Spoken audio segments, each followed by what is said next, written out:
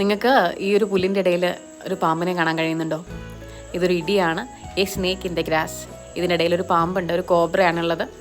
അത് കൊത്തുമല്ലോ, ഷുവർ അല്ലേ? അപ്പോൾ ഈ ഒരു ഇഡിയത്തിൻ്റെ മീനിങ് ഇതാണ്, എ ഡിസീറ്റ്ഫുൾ പേഴ്സൺ. ഇത് നമുക്കൊരു സെൻറ്റൻസ് ആക്കി എടുക്കുകയാണെങ്കിൽ, I think she was my friend but not she backstabs me.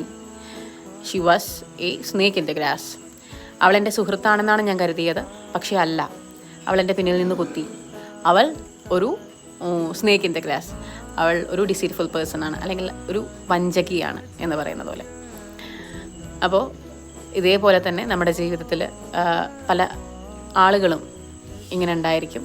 We can address Har or him as A snake in the grass. Okay, thank you.